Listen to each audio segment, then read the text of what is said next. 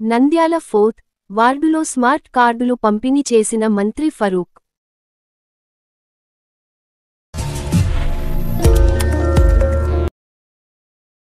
కూటమి పాలనలో దళితులకు తీవ్ర అన్యాయం.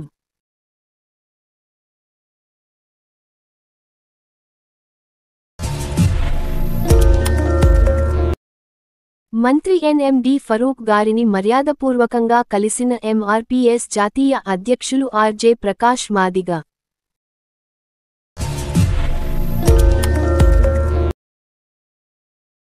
స్వర్గధామం నందు 1000 పూల మొక్కలు నాటే కార్యక్రమంలో పాల్గొన్న మంత్రివర్యులు ఎన్ఎండి ఫరూక్.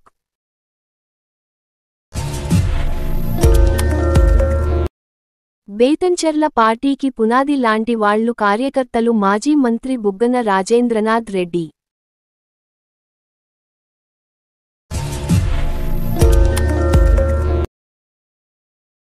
భారతరత్న అంబేద్కర్ గారి విగ్రహానికి పాలాభిషేకం చేస్తున్న నందికొట్కూరు ఎమ్మెల్యే మరియు ఎన్ఎండి ఫిరోజ్ గారు.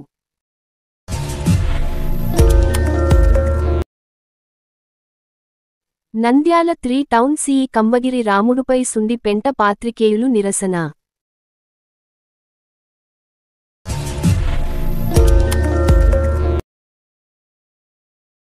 సిఇ కంబగిరి అసాంఘిక చర్యలపై గళం విప్పిన Atmakur division electronic, print media పాత్రికేయులు.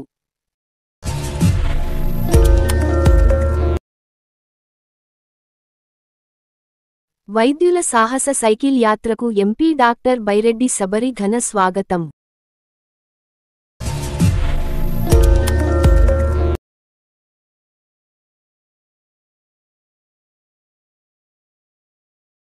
నంద్యాల జిల్లాల కులాంతర వివాహం.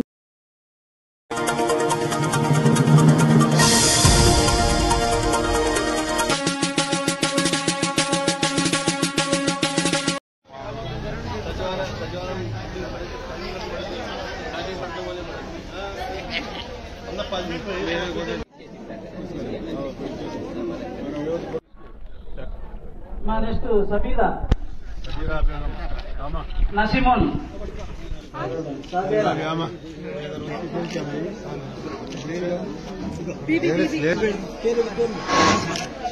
సుభాషిని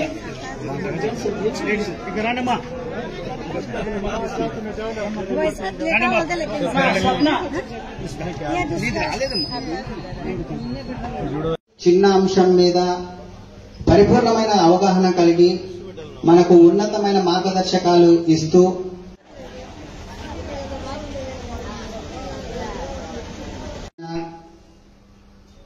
ఏదన్నా మార్పులు అభివృద్ధికి సంబంధించిన ఇంకా ఏదైనా మార్గనిర్దేశకాలు అందిస్తే మీ ద్వారా సాధ్యమైనంత త్వరగా.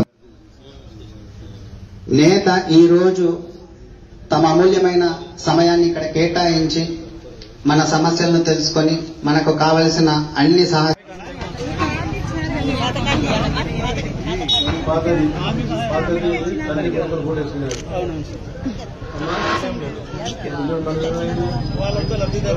గవర్నమెంట్ ఎంబ్లము నీ ఫోటో నీ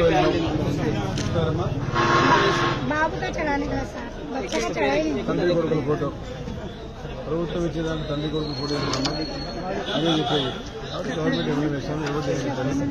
గవర్నమెంట్ కాబట్టి ఈరోజు కూటమి ప్రభుత్వం ఏర్పడింది. తెలుగుదేశం కానీ జనసేన కానీ బీజేపీ పార్టీ కలిసి రాష్ట్ర అభివృద్ధి కోసం పురోభివృద్ధి కోసం మంచి పని చేస్తాం. ఇప్పుడు మనం ప్రభుత్వం ప్రధానమంత్రి గారు చాలా వరకు ఏదైతే పేదవారికి అందుబాటులో ఉన్నాయో సరుకులు దాదాపుగా 900 సరుకులకు ధర తగ్గించేశారు, బాగా తగ్గించేశారు. దీంట్లో అవేర్నెస్ క్రియేట్ చేయాలి, తెలియాలా. మీ సచివాలయంలో ఉండే వాళ్ళందరూ కూడా తెలియజేసి మీరు ఇక్కడ వ్యాపారస్తులు ఏ రకంగా అమ్ముతున్నారు, ఎంత అమ్ముతున్నారు అనేది కూడా తెలుసుకుని ఏదన్నా అట్లాంటి అవకతవకలు చెప్తే ప్రభుత్వానికి లేకపోతే సిటీఓ గారికి లేకపోతే ఎవరు ఉంటారు కదా ఎంఆర్ఓ సచివాలయంలో మీరు కంప్లైంట్ ఇవ్వండి. వీళ్ళు ప్రభుత్వం తగ్గించిన 99 వస్తువుల మీద ఈ వస్తువులన్నీ ఉన్నాయట. ఇవన్నీ ఇక ఇక్కడ ఉండేది కాకుండా 100 వస్తువులు ఉన్నాయి. దానికి తగ్గించి అమ్మాల్సిన బాధ్యత ఎవరైతే వ్యాపారస్తున్నా వారికి. ఇంతకుముందు 4 క్లాస్ సిస్టమ్ ఉండేది. 25%, 18%, 12%, 5%.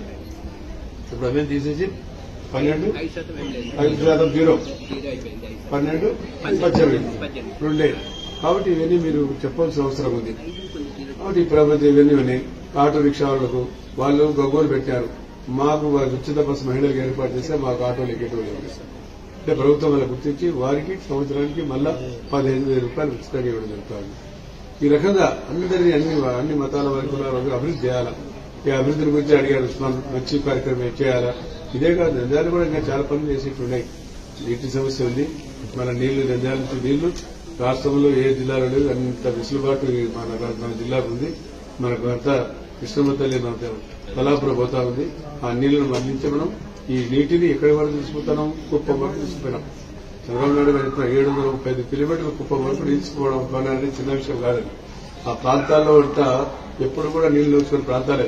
4 జిల్లాలు, కర్నూలు జిల్లా కానీ, అనంతపురం కానీ, కడప కానీ, చిత్తూరు జిల్లా వరకు నీళ్లు, పాత జిల్లా చిత్తూరు వరకు నీళ్లు తీసుకోవడం అంటే తాగడానికి, అదే కానీ వ్యవసాయానికి, పశువులకు నీళ్లు తాగడానికి నీళ్లు, ఈ రకంగా ఉండే చెరువులన్నీ నింపడం జరిగింది. దాని పేపర్లు వచ్చింది. జీవిత మన చరిత్రలో 1923-24 నుంచి మన శ్రీశైలం నీళ్లు నిల్వ చేసుకుంటా ఉన్నాం ప్రాజెక్టులో. అప్పటి నుంచి ఇంతవరకు చూసుకుంటే కూడా ఇంత వేస్ట్ వాటర్ సముద్రంలో ఎప్పుడు కలవలేదు. కొన్ని వేల టీఎంసీలు సముద్రంలో పోయినాయి. 2000 టీఎంసీలు ఎంత పోయినాయని చెప్పి 2350 టీఎంసీలు నీళ్లు సముద్రం పాలైపోయినాయి. కాబట్టి మళ్ళీ ఇవన్నీ మనం ఈ నీళ్లన్నీ మన ప్రాంతం నుంచి పోతా ఉన్నాయి. నంద్యాల తలాపు నుంచే పోతా ఉన్నాయి. సికిరామ తలాపు మన ఇంటి మధ్య నుంచి పోతా ఉంది. హిందూ మన ఇంటి మధ్య నుంచి పోతా ఉంది. గాలియర్ నగర్ మన దగ్గర నుంచి పోతాంది. ఒక మంత్రినీవ మన నెత్తిపై నుంచి పోతా ఉంది. మనం ప్రాజెక్టులు ఏర్పాటు చేసుకున్నాం. తెలుగుదేశం పార్టీ వచ్చిన తర్వాత తెలుగుగొండ రిజర్వాయర్ నుంచి నీళ్లు వచ్చినాయంటే మనకి ఎట్లా వచ్చినాయి? ఎన్టీ రామారావు గారు ఉన్నప్పుడు తెలుగుగొండ ఏర్పాటు చేశాడు మా ఊళ్ళో. మళ్ళా బనకచర్ల ఎన్టీ రామారావు గారు ఏర్పాటు చేసిన తర్వాత చంద్రబాబు నాయుడు గారు బనకచర్లను తీసుకొచ్చి మనకు నీళ్లు ఎప్పుడు వస్తాయని చెప్పి మన బనకచర్లను తీసుకొచ్చి మనకు నిప్పుల బాగులు కలిపితే, నిప్పుల బాగు కుందులు కలిస్తే కుందుకు కేసీకి 2 ఒకటై మనకు ప్రవహిస్తాయి. కానీ ఈ ప్రాంతం మంచి ప్రాంతం. మన రాయలసీమ జిల్లాలోనే మంచి జిల్లా నంద్యాల జిల్లా. ఎందుకంటే ఎక్కువగా వ్యవసాయం ఉండే జిల్లా మన జిల్లా. మనం గతంలో ఏ రకంగా ఉన్నామో ఇప్పుడు ఏ రకంగా ఉన్నామో మనం ఆలోచించుకోవాల్సిన అవసరాలు కూడా ఉన్నాయి. కాబట్టి ఆడబిడ్డలు మీరు మీ కుటుంబ పోషణ, కుటుంబ బాధ్యత మీకు బాగా తెలుసు. ఈ రోజు కుటుంబాన్ని మోయాలంటే మీరే, ఆ భారం అంతా మీ నెత్తి మీద ఉంది. కాబట్టి ప్రభుత్వం ఈ రోజు ఉచితంగా బియ్యం ఇస్తా ఉంది. ఆ బియ్యం ఇచ్చేదాన్ని మీకు ఈ రోజు మనం స్మార్ట్ కార్డు అంటే ముందుగా చిన్నగా ఉండే కార్డు మీకు ఇవ్వడం జరిగింది. కాబట్టి దీన్ని మీరు జాగ్రత్తగా పెట్టుకుని పెద్ద కార్డు ఈ స్మార్ట్ కార్డు ఆడబిడ్డలు చెప్పారు. ఈ స్మార్ట్ కార్డు ఎక్కడ చంద్రబాబు నాయుడు గారి ఫోటో కానీ ఎవరి ఫోటో కానీ లేదు. ఇంతకుముందు అది మన ఆస్తి పత్రాల్లో కూడా జగన్ ఆయన ఫోటో వేసుకున్నాడు. మీకు అందరికీ తెలుసు. మీ నాయన గారితో, మా జేజీ నాయన గారితో ముత్తాతలు మనకి ఇచ్చిన ఆస్తి కూడా ఆయన పాస్బుక్లు ఇవ్వమంటే ఆయన ఫోటో వేసుకున్నాడు. కానీ ఎక్కడ కూడా ప్రభుత్వాన్ని మనమే మున్సిపల్ తప్పనించి మనం ఏం వేయలేదు. ప్రభుత్వం ఉంది కాబట్టి ప్రజలకు జవాబుదారీతనంగా ఉండాలి. పరిశ్రమ కాబట్టి ప్రజల సొమ్ము కాబట్టి ప్రజలకు జవాబుదారీతనంగా ఉండాలి. స్మార్ట్ కార్డు ఏర్పడతారు. కాబట్టి నేను ముఖ్యంగా కోరేది ఏమిటంటే స్మార్ట్ కార్డులో మీరు బియ్యం తీసుకోండి. సన్న బియ్యం ఇస్తాను ప్రభుత్వం. బియ్యం మళ్ళీ మీరు బియ్యం దీన్ని మీరు తీసుకోకుండా మళ్ళీ ఎవరికైనా అమ్మినారనుకుంటే దళాలకు వస్తారు బ్రోకర్లు. మా బియ్యం అమ్మమని అమ్మితే ఇది తెలిసిపోతుంది మీరు అమ్మినట్టు. మళ్ళా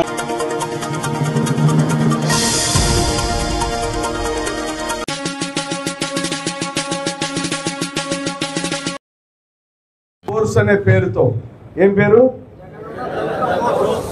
నేను ఉపన్యాసం చెప్పడానికి ముందే చెప్పా, ప్రశ్న జవాబులే. మీరు వింటున్నారో లేదని చెక్ చేస్తుంటా. ఒకసారి చెప్పింది మళ్ళీ తిరిగి మీరు నాకు చెప్పకపోతే విన్నట్టే, అంతేగానా? 1,00,000 మందితో మనం ఈ రాష్ట్రంలో ఏం ఫోర్స్ తయారు చేస్తున్నాం. అక్క ఏం పేరు దాని పేరు? నువ్వు వినలా, నువ్వు బంగారం ప్రమాణం పెట్టుకొచ్చావు, నువ్వు మాత్రం చెప్పలా. జగనన్న దళిత ఫోర్స్. ఆ జగనన్న దళిత ఫోర్స్ లో ఎంతమంది ఉంటారు? 1,00,000 మంది ఉండబోతున్నారు. ఎలా ఉంటారు? ఈ రాష్ట్రంలో 16,000 పైచిలకు గ్రామాలు ఉన్నాయి. ఈ ఆంధ్రప్రదేశ్ లో శ్రీకాకుళం మొదలుపెట్టి మన అనంతపురం జిల్లా వరకు 16,000 పైచిలకు గ్రామాలు ఉన్నాయి. ఒక్కో గ్రామం నుంచి 5 మంది మగబిడ్డలు తెచ్చుకుంటున్నాం. ఎంతమందిని? ఆ 5 మందే ఆ 1,00,000 మందిగా మారుతారు రేపు. ఆ 5 మందిలో నుండి ఒకరు గ్రామ ఎస్సీసీఎల్ అధ్యక్షుడిగా ఉంటారు. ఇంకొక అతనేమో ఆ గ్రామానికి జగనన్న కమిటీ వేయబోతున్నాడు. గ్రామ కమిటీ అన్నకు ఆల్రెడీ ఆదేశాలు వచ్చి ఉంటుంది. ఆ గ్రామ కమిటీ సభ్యుడిగా ఉంటాడు. మూడో వ్యక్తి ఏమో ఆ గ్రామంలో ఉండే పోలింగ్ బూత్ కమిటీయో లేకపోతే పోలింగ్ ఏజెంట్ గానో యుద్ధం చేయాలి కదా. రేపు తలలు పగులుతుంటాయి బూతుల దగ్గర, బాంబులు వేస్తారేమో, లేకపోతే కత్తులు తీసుకొని మన మీదకి వస్తారేమో, లేదా బెదిరిస్తారేమో. నాకేం భయం లేదు. నీకేమన్నా భయం ఉందా?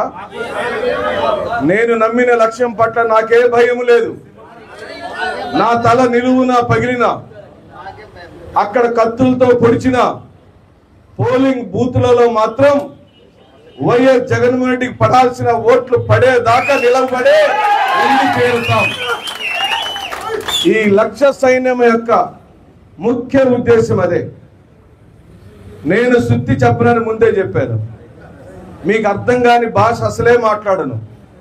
సరళమైన సరసమైన మాటలు చెప్పడానికే నేను వచ్చా. జగన్మోహన్ రెడ్డి గారు చెప్పమన్న మాటలే మీకు చెబుతున్నా. మీ సహాయాన్ని కోరటానికి వచ్చాం.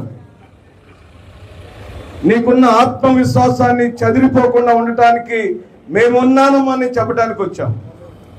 ఈ రాష్ట్రంలో 27 ఎన్నికలు జరిగినా, 29లో ఎన్నికలు జరిగినా మళ్ళీ తిరిగి ఆంధ్రప్రదేశ్ రాష్ట్ర ముఖ్యమంత్రిగా శ్రీ వైఎస్ జగన్మోహన్ రెడ్డి కాబోతున్నాడని మీ అందరికీ చెప్పడానికి వచ్చాం. ఈ మధ్యకాలం ఎంత ఉంది? 27 ఎన్నికలు జరిగితేనేమో ఓ 300 రోజులు, లేదు 29 ఎన్నికలు జరిగితేనేమో ఓ 1000 రోజులు. అందరికి లెక్కలు వచ్చుగా, ఏం తేడా లేదు. గోడ మీద రాద్దాం 1000 అంకెలు, 1000 అంకెలు రాద్దాం. ఈ రోజు అయిపోయింది, ఒకర కొట్టేద్దాం. ఆ తేదీ ఈ రోజు ఎంత తేదీ? 9వ తారీఖు కొట్టేద్దాం. రెండో రోజు అయిపోయింది, 10వ తారీఖు కొట్టేద్దాం.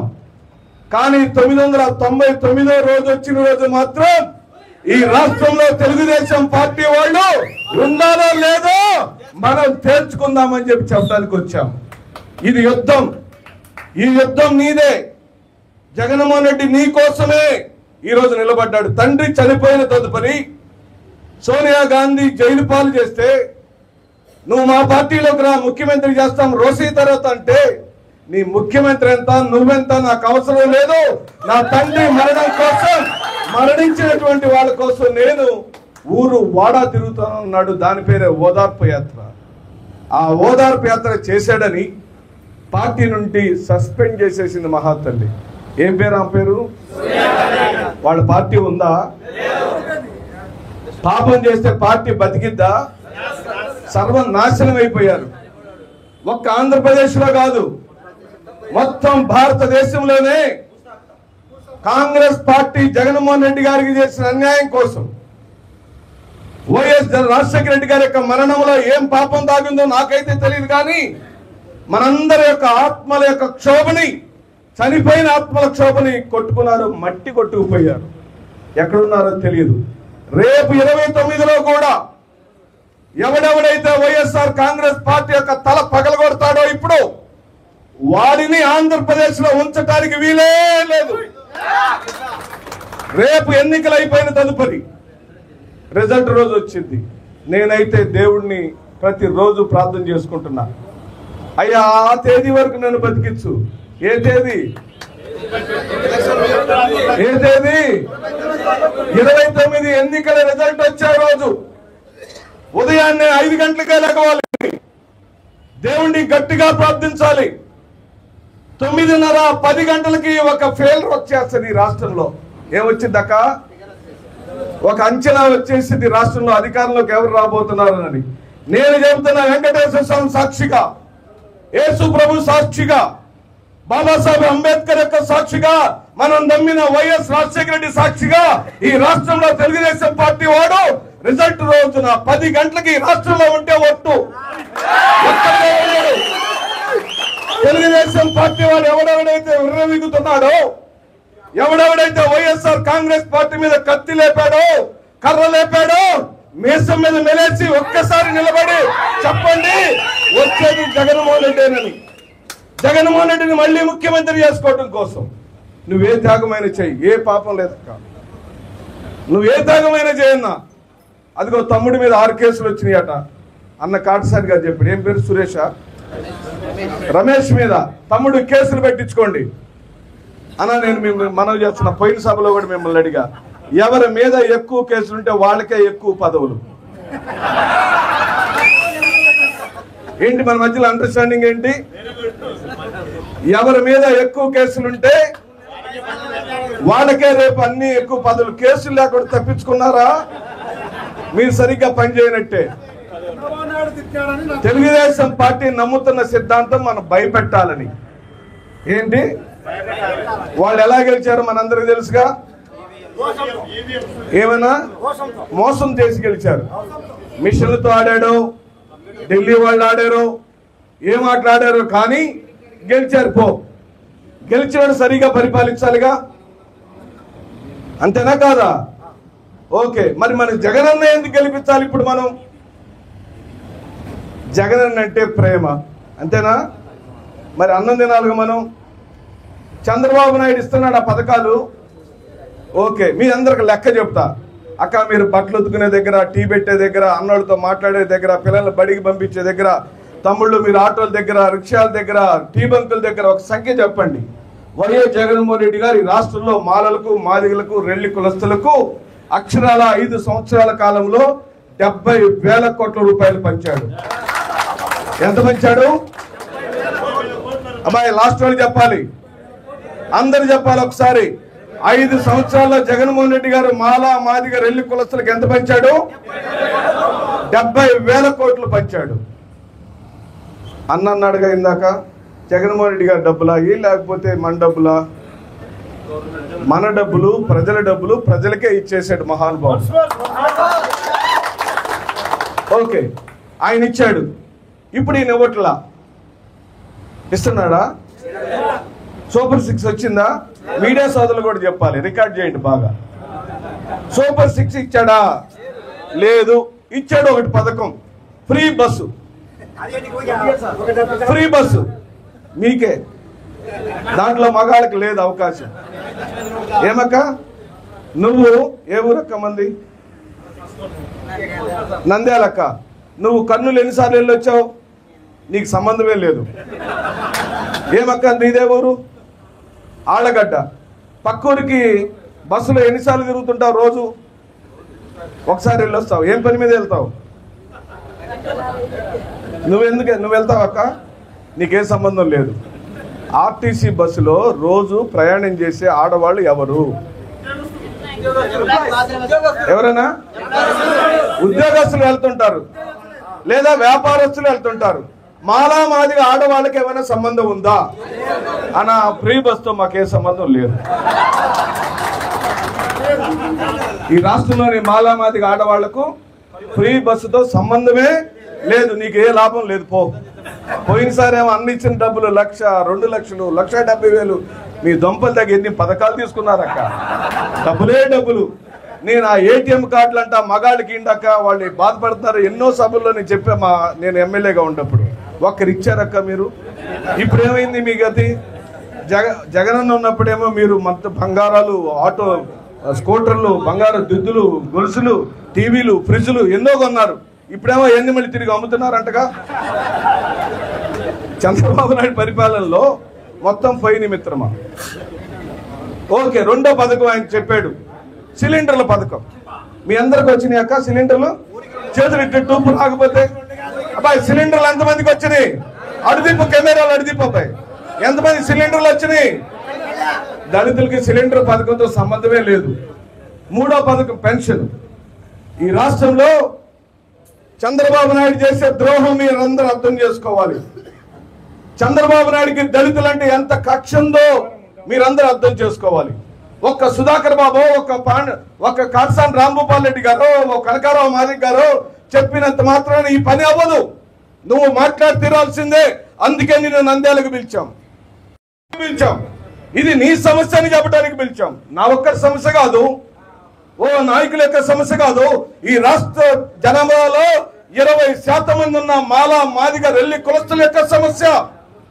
దళితులకు రావాల్సిన పథకాలన్నీ తీసేశాడు. ఆ చివరికి ఇచ్చిన 4,000 పథకంలో 50,000 మంది మాలా, మాదిగల పెన్షన్ల తలలో నరికి పడేశాడు. ఎందుకంటే వాళ్ళందరూ వైఎస్ఆర్ వాళ్ళట. వైఎస్ఆర్ వాళ్ళు అయితే పథకాలు కట్టు, మరి ముఖ్యంగా దళితులైతే నాకు ఓటేయడు కాబట్టి ఆ మాలా మాదిగలకు ఏ పథకాలు రావటానికి వీలు లేదు. అందుకే నీకు వచ్చే పెన్షన్లో 50,000 పెన్షన్లు కట్ చేశాడు. 3 పోయినాయి. 3 పథకాలు చెప్పాను, 3 మనకు సంబంధమే లేదు. ఇంకేమైనా పథకాలు ఉన్నాయా ఆయన ఇచ్చేయి? ఆటో డ్రైవర్లకు డబ్బులు ఇచ్చాడు. అబ్బా ఈ ప్రాంగణంలో అన్న జాగ్రత్తగా చూడండి, ఈ ప్రాంగణంలో ఆటో డ్రైవర్లు ఎంతమంది ఉన్నారు? 1 2 3 4 అన్న 300 పైచిలకు సభలో మాలా మాదిగల ఆటో డ్రైవర్లు కేవలం 4 ఉన్నారు.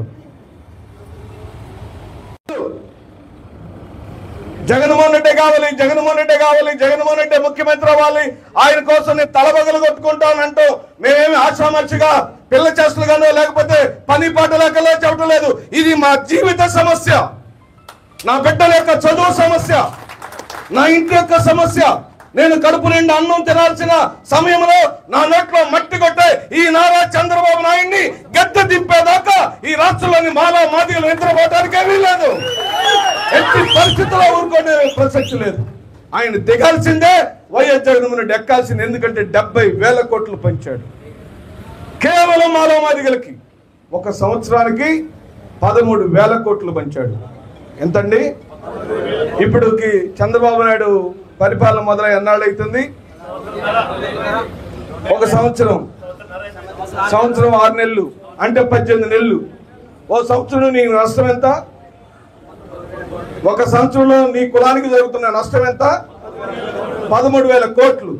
సంవత్సరంన్నర అంటే 13లో సగం ఎంత అన్నా?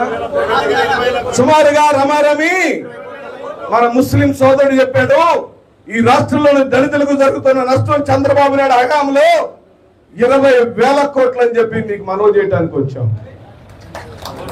20,000 కోట్ల నష్టం ఎలా జరుగుతుందయ్యా సుధాకర్ బాబు? కాకి లెక్క చెప్పదంటే నేను చెబుతున్నాను. నంద్యాల నడిబడ్డుల నుండి తెలుగుదేశం పార్టీకి దమ్మున్న నాయకుడు ఎవడైనా టీజీఆర్ సుధాకర్ బాబు ఎలగీసి మీరు అటు నిలబడండి, నేను లెక్క చెబుతా.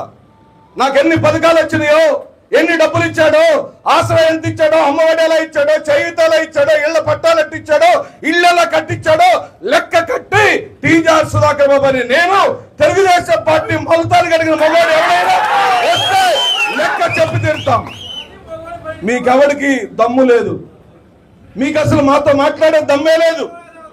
ఆ నారా చంద్రబాబు నాయుడు 1 పథకాలు ఇవ్వటమే కాదు, దళితుల్లో పుట్టాలని ఎవరైనా కోరుకుంటారన్నాడు. ఏమన్నాడక్క? తమ్ముళ్ళు ఏమన్నాడు చంద్రబాబు నాయుడు? మీకు అర్థం కావాలి. ఎందుకు చంద్రబాబు నాయుడికి నువ్వంటే ఇష్టం లేదో అర్థం కావాలి. ఎందుకు పవన్ కళ్యాణ్కి నీకంటే ఇష్టం లేదో నీకు అర్థం కావాలి. వాళ్ళిద్దరు ఎందుకు జతకట్టారో నీకు అర్థం కావాలి. ఈ రాష్ట్రంలో మాలల మాదిగలుగా పుట్టాలని ఎవరైనా అంటే మనం అంటే అతనికి ఇష్టం లేదు.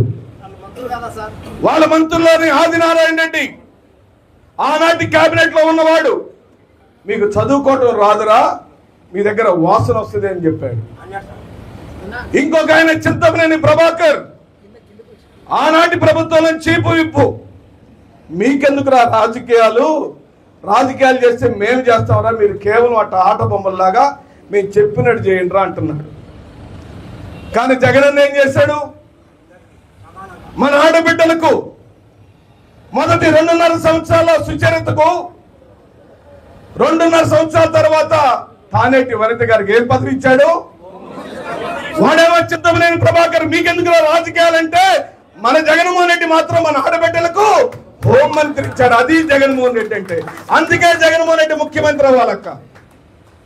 నీకు 1 పథకాలు డబ్బులు కాదు, రాజకీయ చైతన్యం తెచ్చాడు. అంటే మనకు జరుగుతున్న నష్టం ఆర్థిక, రాజకీయ, సామాజిక నష్టం.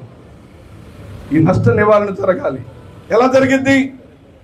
అన్ని సమస్యలుగా ఒకటే పరిష్కారం. ఏం పరిష్కారం అది? అన్ని సమస్యలకు ఒకటే ఒక పరిష్కారం, ఓటు. ఆ ఓటు ఎవరికి వేయించాలి?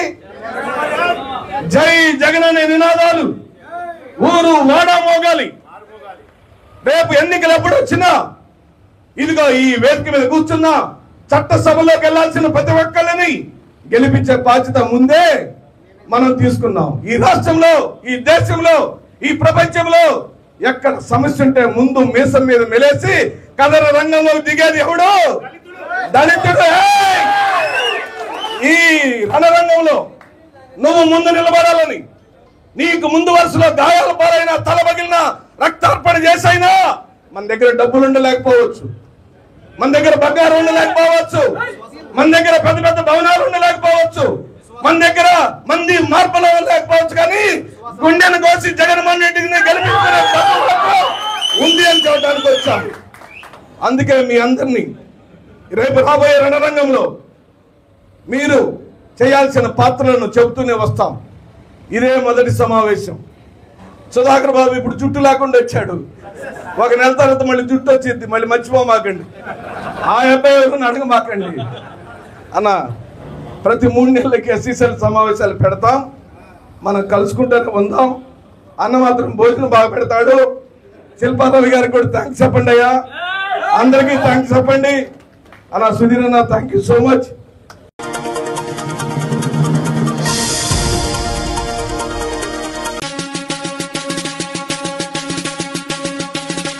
ఎస్సీ వర్గీకరణ చేసిన టీడీపీ ప్రభుత్వానికి కృతజ్ఞతలు తెలుపుతూ మంత్రి ఎన్ఎండి ఫరూక్ గారిని మర్యాదపూర్వకంగా కలిసిన ఎంఆర్పీఎస్ జాతీయ అధ్యక్షులు ఆర్.జె. ప్రకాష్ మాదిగ. నంద్యాల.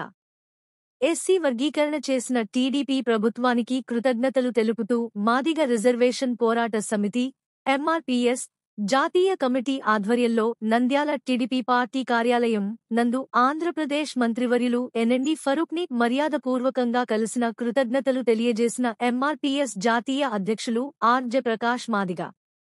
ఈ సందర్భంగా ఎంఆర్పీఎస్ జాతీయ అధ్యక్షులు ఆర్.జె. ప్రకాష్ మాదిగ మాట్లాడుతూ ఎస్సీ వర్గీకరణ చేయాలని గత 30 ఏళ్లుగా తాము అలుపెరుగని ఎన్నో పోరాటాలను చేస్తూ వచ్చామని అన్నారు. ఎస్సీ వర్గీకరణను రాజ్యాంగబద్ధంగా చేసిన తెలుగుదేశం పార్టీకి తాము ఎల్లప్పుడూ అండగా ఉంటామని అన్నారు. ఈ కార్యక్రమంలో ఎంఆర్పీఎస్ రాష్ట్ర ఉపాధ్యక్షులు ఏసీవీ సుబ్బయ్య మాదిగ, రాష్ట్ర నాయకులు గద్దల చిన్న వెంకటేశ్వర్లు, కిట్టన్న మాదిగ, గంధం శ్రీనివాసులు, జిల్లా అధ్యక్షులు ఎన్ లక్ష్మణ్ మాదిగ, జిల్లా నాయకులు మధు, ఎల్లయ్య, సర్వయ్య, రాజశేఖర్ మరియు బీసీ నాయకులు నాగా శేషు యాదవ్ తదితరులు పాల్గొన్నారు.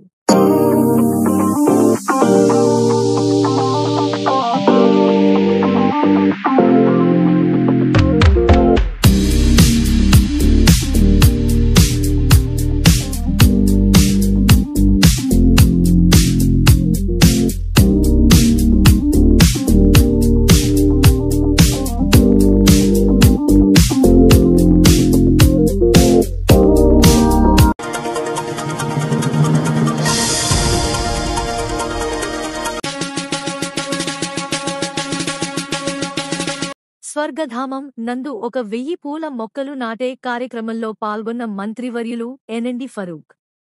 నంద్యాల స్థానిక భీమవరం రస్తాలో ఉన్న స్వర్గధామం నందు 1000 పూల మొక్కలు నాటే కార్యక్రమంలో ముఖ్యాతిథిగా ఆంధ్రప్రదేశ్ రాష్ట్ర న్యాయశాఖ మరియు మైనార్టీ సంక్షేమ శాఖ మంత్రివర్యులు ఎన్ఎండి ఫరూక్ పాల్గొని మొక్కలు నాటారు. అలాగే పోయిన సంవత్సరం దసరాకి మంత్రి ఫరూక్ గారి చేతుల మీదుగా నాటిన 4000 పూల మొక్కలు ఈరోజు ఒక అందమైన బృందావనంగా తీర్చిదిద్దబడ్డాయని ఆనందం వ్యక్తం చేశారు. ఈ సందర్భంగా మంత్రివర్యులు ఎన్ఎండి ఫరూక్ మాట్లాడుతూ దుర్భరమైన పరిస్థితుల్లో పబ్లిక్ టాయిలెట్స్ గా వాడుకునే శ్మశాన వాటికలను నవనిర్మాణ సమితి ఒక ఆహ్లాదకరమైన పరిశుభ్రమైన శ్మశాన వాటికలుగా తీర్చిదిద్దడం అభినందనీయమన్నారు. ఈ స్వర్గధామం రాయలసీమలోనే కాకుండా తెలంగాణ రాష్ట్రంలో వనపర్తి, జడ్చర్ల పట్టణాల నుంచి కూడా వచ్చి స్వర్గధామాన్ని ఏ విధంగా నిర్వహించేది తెలుసుకుని పోవడం నంద్యాల స్వర్గధామం యొక్క కృషిని అభినందించదగ్గ విషయం అన్నారు. అంతేకాకుండా ఇందులో పనిచేస్తున్న స్వర్గధామం సేవకులు కూడా ఎవరిని ఇబ్బంది పెట్టకుండా అన్ని సేవలు అందించడం చాలా సంతోషంగా ఉందన్నారు. స్వర్గధామం అధ్యక్షులుగా డాక్టర్ మధుసూదన్ రావు మాట్లాడుతూ ఇంకా కొన్ని వసతులు ఈ స్వర్గధామంలో చేయవలసిన అవసరం ఉంది, దానికోసం ఆర్థిక వనరుల అవసరం ఉందని చెప్పడం జరిగింది.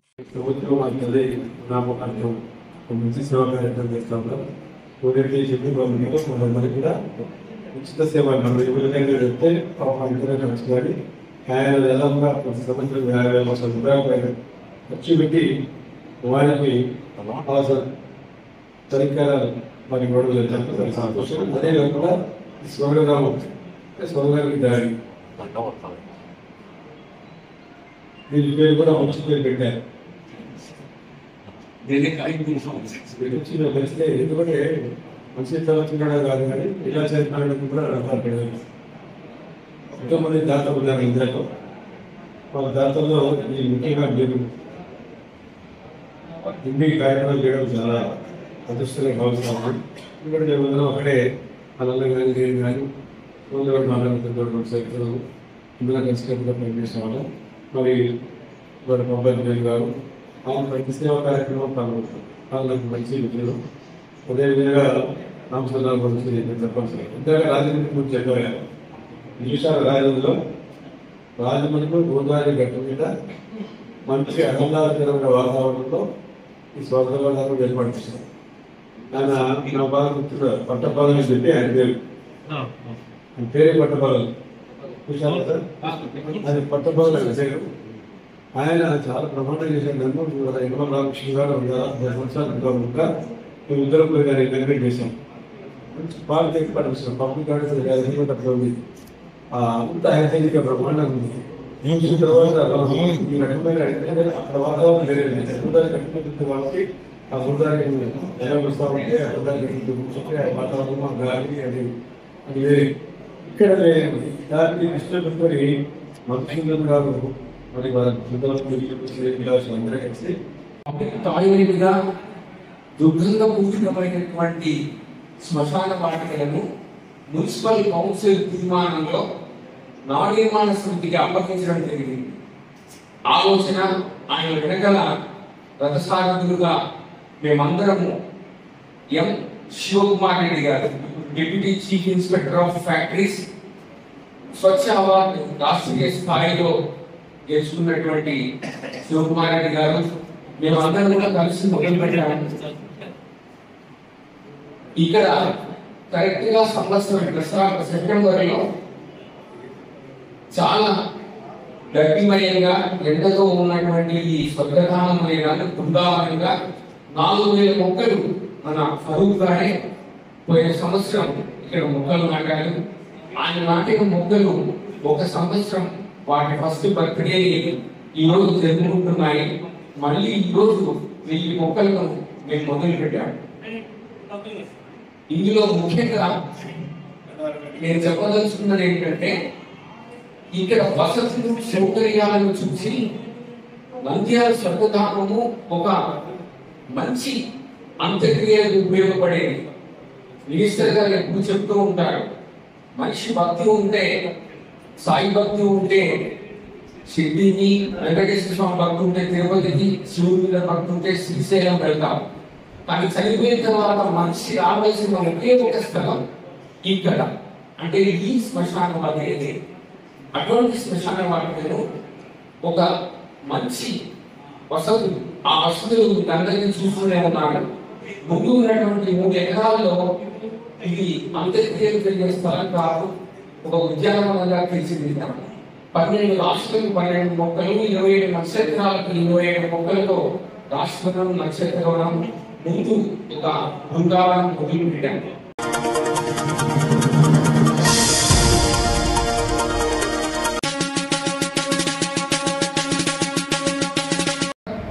పటిష్టపరిచేదానికి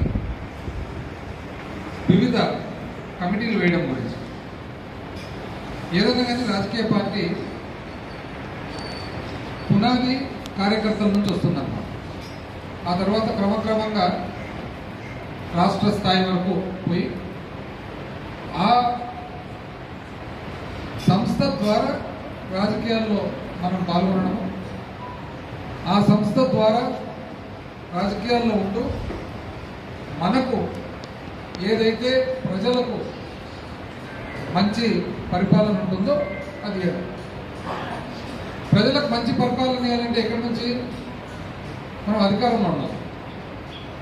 అధికారంలో ఉండాలంటే ఎట్లా, మనం ఎన్నికల్లో గెలవాలి. ఎన్నికల్లో గెలవాలంటే ఎట్లా, మనకు పార్టీ గట్టిగా ఉండాలి. ఒకసారి మన పార్టీ ఆవిర్భావం నుంచి గమనించినట్లయితే చాలా కష్టాలు వచ్చింది. రాజశేఖర రెడ్డి గారు చనిపోయిన తర్వాత జగన్మోహన్ రెడ్డి గారు పార్టీ స్థాపిస్తే ఆ రోజు కాంగ్రెస్ పార్టీ తెలుగుదేశం పార్టీ కలిసి మన మీద పోటీ చేయడం జరిగింది. అంతర్గతంగా ఇద్దరు ఒకటే. మీ అందరి సహకారంతో, రాష్ట్రంలో లక్షలాది మంది సహకారంతో రాజశేఖర రెడ్డి గారి మీద ఉన్న అభిమానం అనుకోండి, జగన్మోహన్ రెడ్డి గారి మీద ఉన్న నమ్మకం అనుకోండి, 2014 ఎలక్షన్లకు మనం ఇవ్వడం జరిగింది. ఆ రోజు ఎప్పుడు కని విని ఎరగని అసత్యాలన్నీ చెప్పి, అప్పుడు కూటమి అసత్యాలు చెప్పి అన్ని పార్టీలందరూ ఒకటయ్యి మన మీద పార్టీ వైఎస్ఆర్ కాంగ్రెస్ పార్టీ మీద పోటీ చేయడం జరిగింది. మనం ఒక గట్టి బలమైన పార్టీగా ఏర్పడ్డాము. 2014 నుంచి 19 వరకు మనం ప్రతిపక్షంలో ఉండడం, 19 తర్వాత 24 వరకు మనము అధికారంలో ఉండి పరిపాలన చేయడం. 24 మళ్ళొక్కసారి మీరు గమనియండి, ప్రపంచంలో ఎన్ని అవాస్తవాలు అసత్యాలు ఉంటాయి అవన్నీ చెప్పడం, అందరూ ఒకటి కావడం వల్ల దాని పరిణామం కూడా మనం చూడడం జరిగింది. వీటన్నిటిలో కూడా ఈ 15 సంవత్సరాలు మనం చూసినట్లయితే ఒక 5 సంవత్సరాలు తప్ప మిగతా 10 సంవత్సరాలు కష్టాల్లోనే ఉన్నాయి.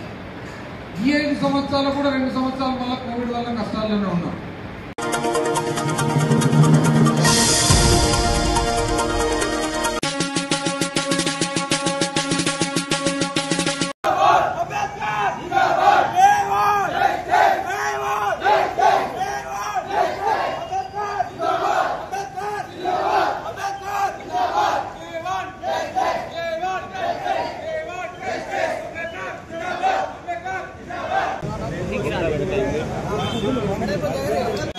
అంబేద్కర్ విగ్రహాన్ని దేవులపల్లిలోని అంబేద్కర్ విగ్రహాన్ని పెట్రోల్ వచ్చి తగలబెట్టిన వైసీపీ నాయకులు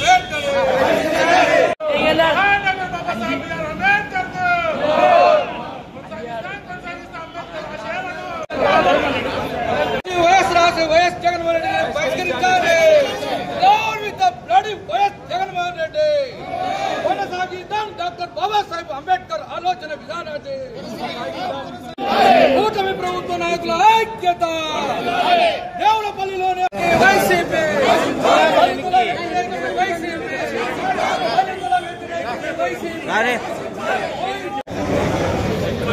అయ్యా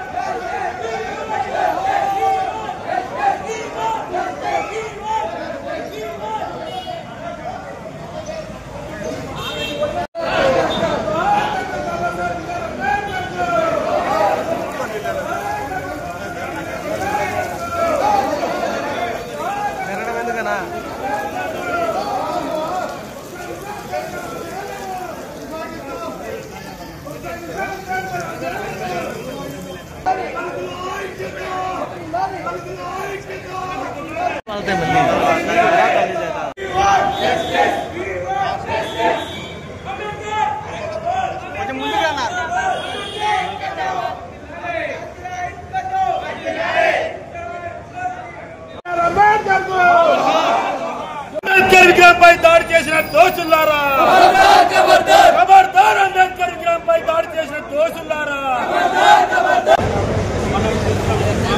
వచ్చిన తర్వాత వాళ్ళే దాడి చేసి వాళ్ళే మన మీద అటాక్ చేస్తున్నారు. ఇంత ఘోర ఇంత వరస్ట్. ఎందుకంటే మీరు చూస్తున్నారు ఎన్ని దాడి జరుగుతున్నాయి. లాస్ట్ 5 years లో మీరు చూశారు ఎంత మంది మీద దాడి. ఒక మైనారిటీస్ మీద, ఒక ఎస్సీస్ మీద, ఒక బీసీస్ మీద, ఒక్క కులం కాదు అన్ని కులాల మీద దాడి చేశారు. మీరు చూస్తున్న ఒక్కరిని వదలలేదు. కోవిడ్ టైంలో అయితే డాక్టర్ సుధాకర్ని నరి రోడ్డు మీద చేతులు కట్టి మీరందరూ చూశారు ఎంత దారుణమని. మళ్ళీ ఒక డోర్ డెలివరీ చేశారు. దానికోసం అసలు అందరూ చూసి మొన్న బుద్ధి కూడా చెప్పారు ఇదే మాజీ ముఖ్యమంత్రిని. మళ్ళీ ఏమంటాడు, మేము ప్రభుత్వంలో మళ్ళీ వస్తే మేము చూపిస్తాం, మా తడాకా ఏమో చూపిస్తాం. నువ్వు నీ తడాకా చూపించలేవు, నీ అసలు ఏం ఆ 11 సీట్లు కూడా రావు అని చెప్తున్నాను. కానీ ఇది ఏం అటాక్స్ ఇది జరుగుతున్నాయో దీన్ని ఖండిస్తున్నాం. మళ్ళీ ఇంకొకసారి ఇట్లా జరగకుండా మా ప్రభుత్వం దీని మీద ఇమీడియట్ యాక్షన్ తీసుకోవాలా. దీని వెనకాల ఎవరున్నారో వాళ్ళకి ఖచ్చితంగా నాన్ బెయిలబుల్ కేసేసి వాళ్ళకు ఖచ్చితంగా రిమాండ్ పంపిస్తూ నేను అందరికీ సెలవు తీసుకున్నాను.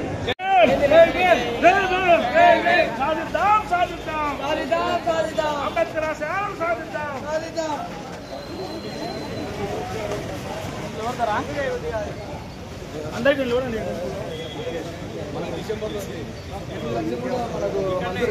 ఇక్కడనే అయిపోయింది కదా.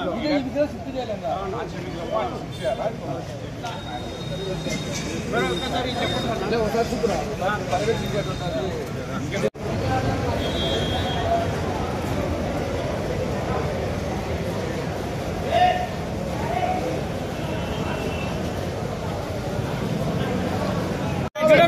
దళితుల ఐక్యత వర్ధిల్లాలి.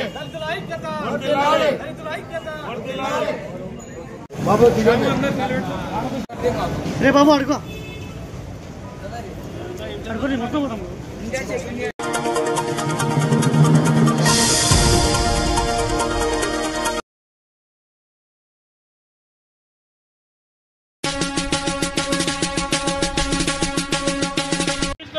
అక్రమ కేసులు జర్నలిస్టులపై పెట్టిన అక్రమ కేసులు జర్నలిస్టుల ఐక్యత జర్నలిస్టుల ఐక్యత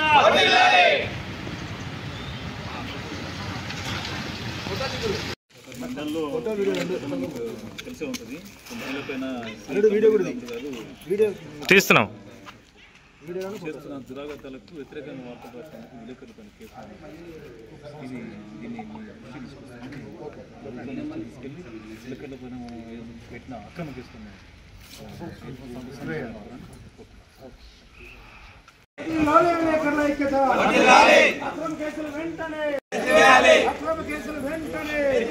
ఎందుకంటే మరి ప్రశ్నించే వాళ్ళపై దాడులు చేయడం అనేది దుర్మార్గ చర్య. అక్రమ కేసులు అంటగడుతున్నారు. కానీ ఈ వ్యవస్థను మార్చేది, ఈ వ్యవస్థలో ఒక ఆలోచన తీసుకొచ్చేది మీడియా మాత్రమే. మరి ఇట్లాంటి మీడియాకు స్వేచ్ఛ కలిగించాల్సిన బాధ్యత. సరే ఆ వైపు ఎక్కడన్నా తప్పులు జరిగితే దాన్ని చట్టపరంగా తీసుకోవచ్చు. కానీ మరి మిగతా నిజాయితీ పనులపై ఇలాంటి ఆరోపణలు, ఇలాంటి కేసులు అనేది సరైనవి కాదని చెప్పి మేము రాష్ట్ర ప్రభుత్వాన్ని విన్నవించుతున్నాం. అదేవిధంగా మీడియాకు స్వేచ్ఛ కల్పించాలని చెప్పి మేము కోరుతున్నాం. సిపిఐ మండల కార్యదర్శిని. ఈరోజు మన జిల్లాలో జరుగుతున్నటువంటి విలేకరుల పైన దాడులను మరియు వాళ్ళపైన పెడుతున్నటువంటి కేసులను ఎత్తివేయాలని చెప్పేసి ఈ కర్నూలు జిల్లా మరియు నంద్యాల జిల్లాగా అవేతంగా ఈరోజు ధర్నా చేస్తున్నారు విలేకరులు. మరి ఎక్కడైనా సమస్యలు జరిగితే ప్రశ్నించే వాళ్ళపైనే కేసులు పెట్టి ఈరోజు చేస్తుంటే అది ఏమాత్రం అది సరికాదు. ఎందుకంటే మీరు చేయరు, సక్రమంగా చేస్తున్న అక్రమాలను కూడా వాళ్ళు బయట పెడుతున్నారని చెప్పేసి వాళ్ళపైన కేసులు పెట్టడం ఏమాత్రం సరికాదని చెప్పేసి నా అభిప్రాయము.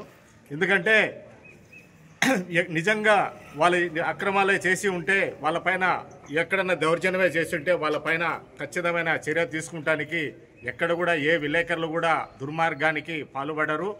వాళ్ళు చేసిన వాళ్ళ పైన కేసులు ఎత్తేయండి అని చెప్పి మాకు చేయరు.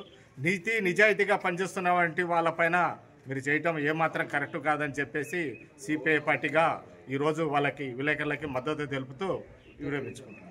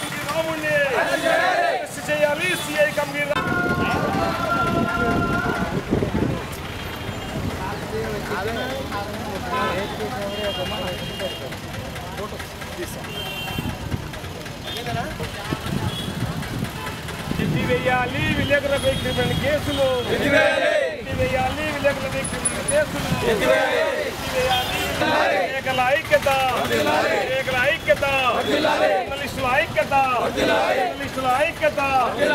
చేయాలి సిఐ కమిటీ రాముడిని, చేయాలి సిఐ కమిటీ రాముడిని. ఐక్యత, విలేకరుల ఐక్యత, జర్నలిస్టుల ఐక్యత, జర్నలిస్టుల ఐక్యత, ఐక్యత. కొంచెం ఎన్నికరన్న కవర్ కాదు.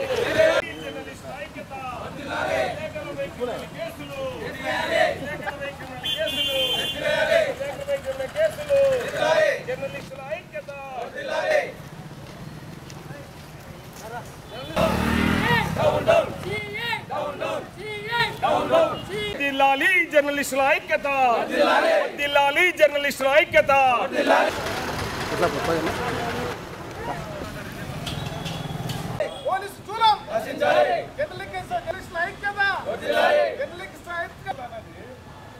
రాముడు అన్న రాము అని వస్తుంది, అతని గురించి కిందికి వస్తుంది.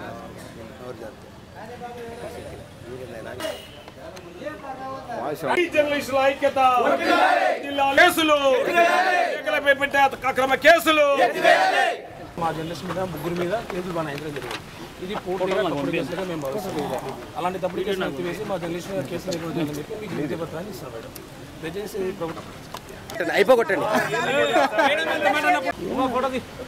ఓకేనా? Thank you. అని చెప్పి మా వాళ్ళు కూడా కొంత ఒక భయం కూడా ఉంది. ఎందుకంటే ఈరోజు పత్రికా స్వేచ్ఛలు పూర్తిగా కాలరాసిపోతున్నటువంటి పరిస్థితి. ధైర్యంగా మాకు అవమానం జరిగిందండి, మాకు ఇక్కడ అన్యాయం జరుగుతూ ఉంది, మేము ధైర్యంగా వార్త రాలేనటువంటి పరిస్థితుల్లో జర్నలిస్టులు ఈరోజు ఉన్నారు. అంటే కేవలం జర్నలిస్ట్ యొక్క స్వేచ్ఛను అనగలిగేటువంటి ప్రయత్నం ఈరోజు జరుగుతూ ఉంది. ఈ కేసును బట్టి చూసబడుతుంది. కాబట్టి మీరు దయచేసి మా యొక్క విన్నపాన్ని ప్రభుత్వం దృష్టికి పంపేయండి. మా వాళ్ళ మీద పెట్టినటువంటి కేసులు పూర్తిగా ఎత్తివేయాలి. వాంటెడ్గా పెట్టినటువంటి కేసులు మాత్రమే దయచేసి పంపేయండి.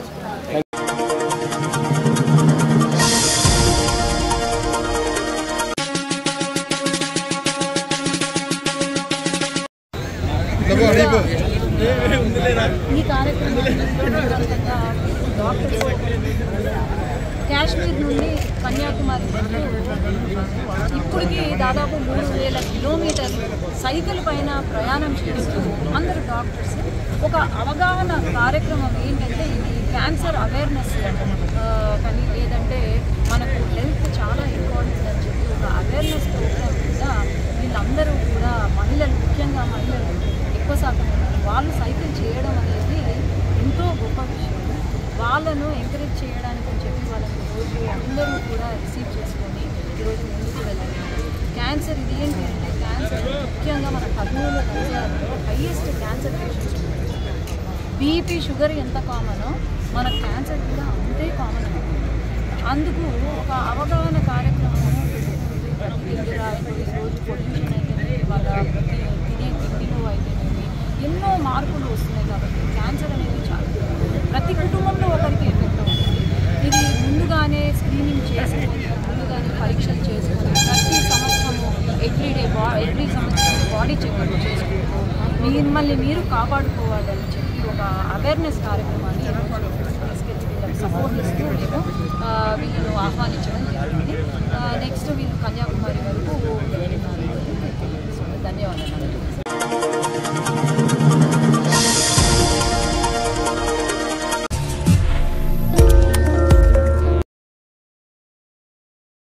నంద్యాల 4th వార్డులో స్మార్ట్ కార్డులు పంపిణీ చేసిన మంత్రి ఫరూక్.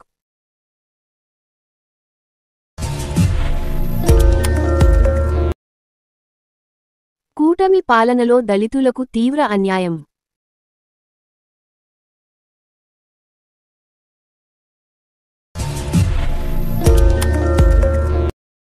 మంత్రి ఎన్ఎండి ఫరూక్ గారిని మర్యాదపూర్వకంగా కలిసిన ఎంఆర్పీఎస్ జాతీయ అధ్యక్షులు ఆర్జే ప్రకాష్ మాదిగ.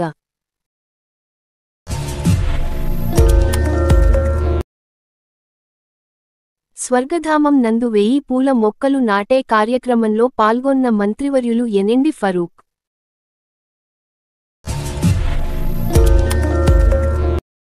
బేతంచెర్ల పార్టీకి పునాది లాంటి వాళ్లు కార్యకర్తలు మాజీ మంత్రి బుగ్గన రాజేంద్రనాథ్ రెడ్డి.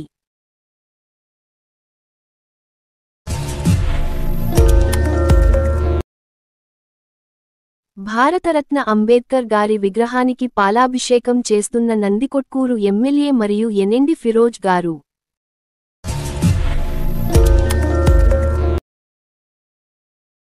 నంద్యాల 3 టౌన్ సిఇ కంబగిరి రాముడుపై సుండిపెంట పాత్రికేయులు నిరసన.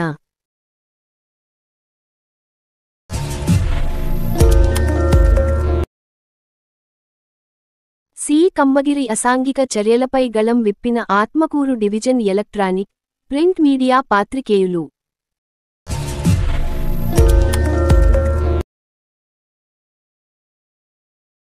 వైద్యుల సాహస సైకిల్ యాత్రకు ఎంపీ డాక్టర్ బైరెడ్డి సబరి ఘన స్వాగతం.